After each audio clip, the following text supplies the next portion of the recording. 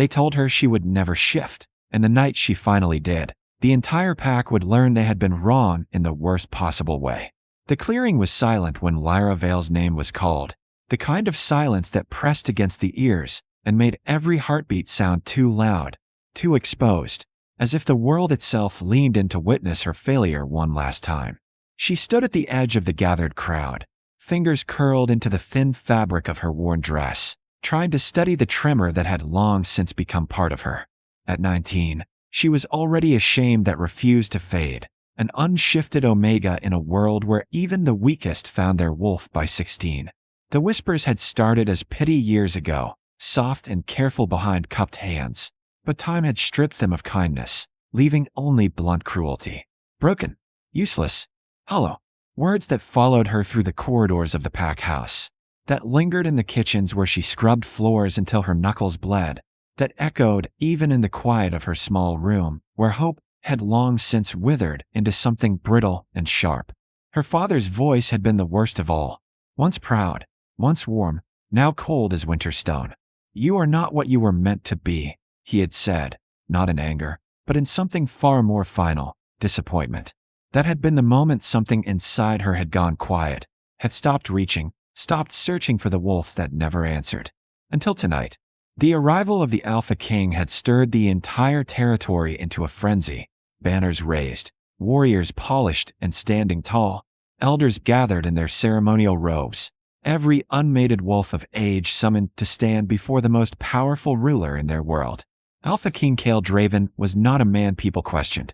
His presence alone commanded obedience, his reputation carved from battles won and territories united under his rule. He stood now at the center of the clearing, dark-cloaked and unmovable, his golden gaze sweeping over the gathered pack like a predator assessing its surroundings.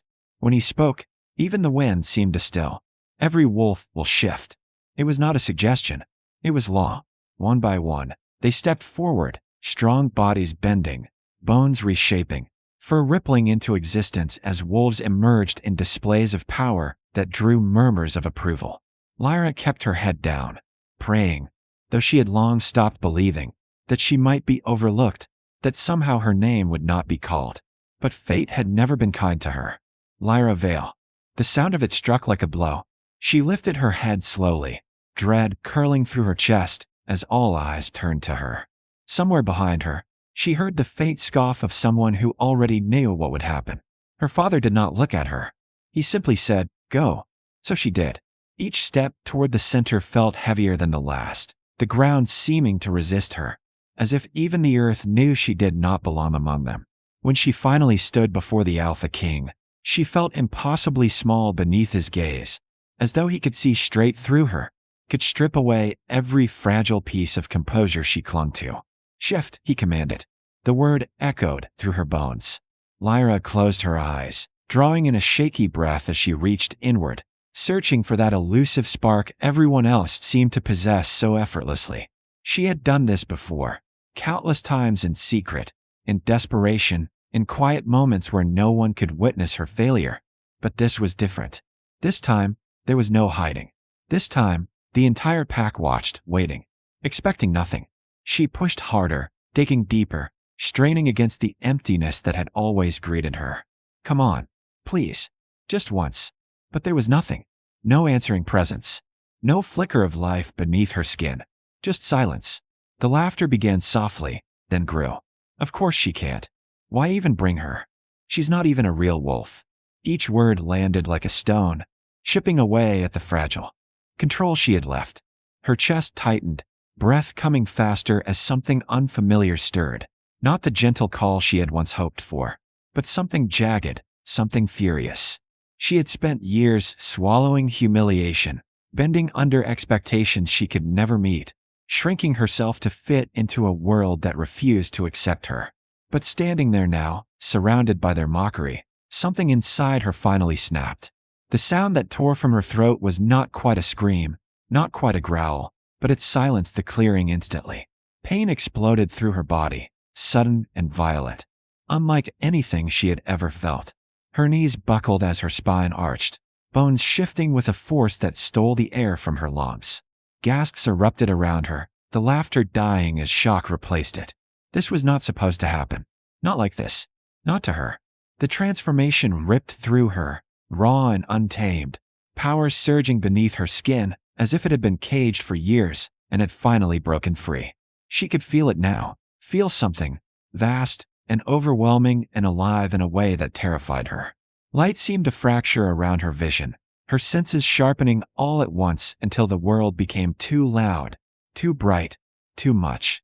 And then, just as suddenly as it had begun, it stopped.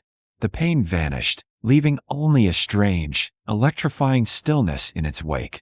Where Lyra had stood moments before, a wolf now rose slowly to its feet. Silver fur caught the torchlight, shimmering unnaturally as if threaded with something otherworldly. Her chest rose and fell as she drew in her first breath as something more than human, and the scent of the entire clearing flooded her senses. Fear, shock, disbelief. No one spoke. No one moved. Even the alphas seemed rooted in place, their dominance faltering in the presence of something they did not understand.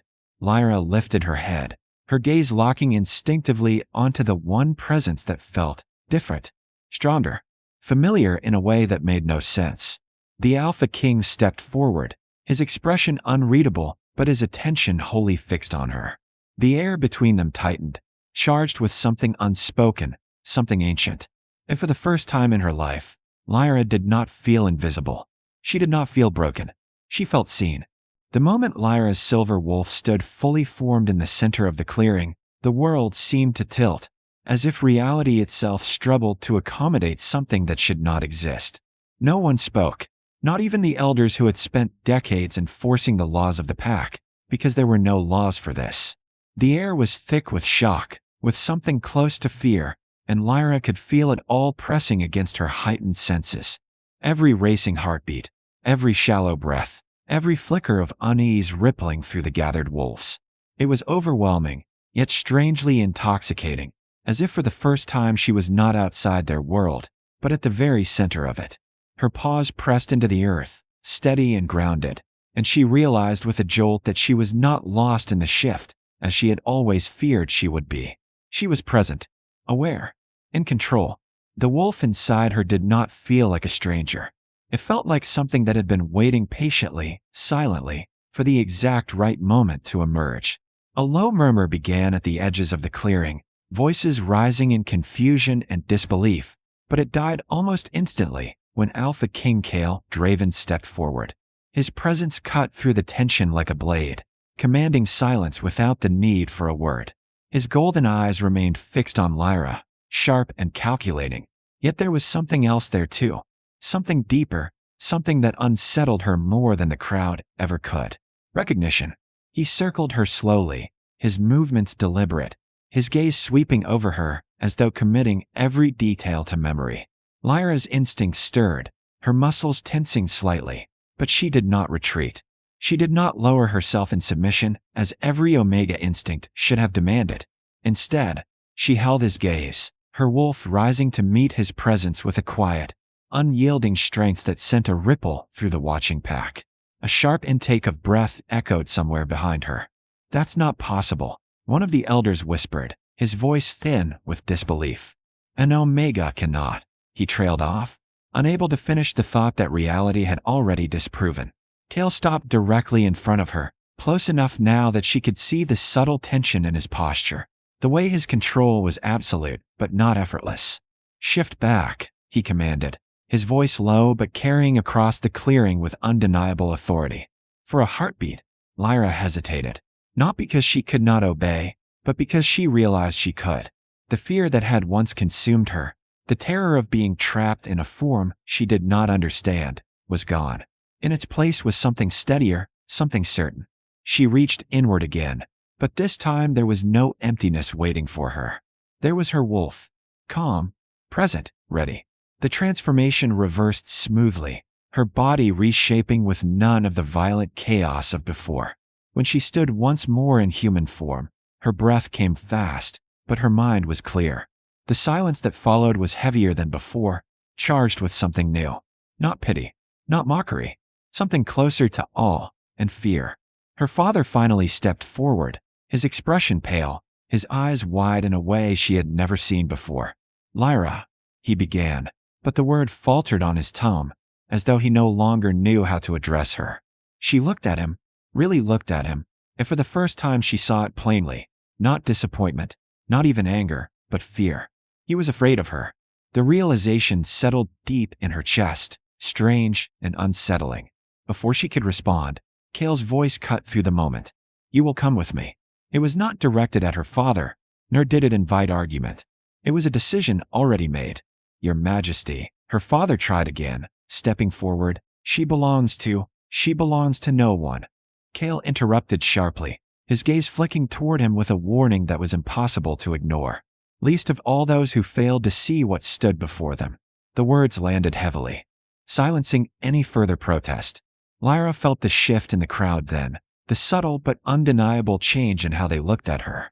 She was no longer invisible, no longer dismissed. Now, she was something unknown, and unknown things were dangerous. Kale turned back to her, his expression unreadable once more. "Walk." And she did. She followed him through the parted crowd, aware of every stare, every whisper that rose cautiously in their wake. Her senses had not dulled completely after the shift. She could still hear fragments of conversation, feel the tension clinging to the air like static. But none of it mattered as much as the presence ahead of her, the quiet gravity that seemed to pull her forward.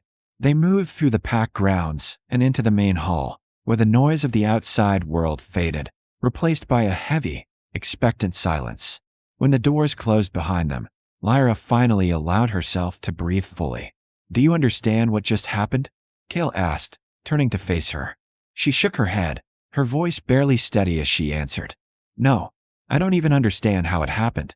His gaze lingered on her, searching, as if weighing something unspoken. "You were not unable to shift," he said slowly. "You were prevented."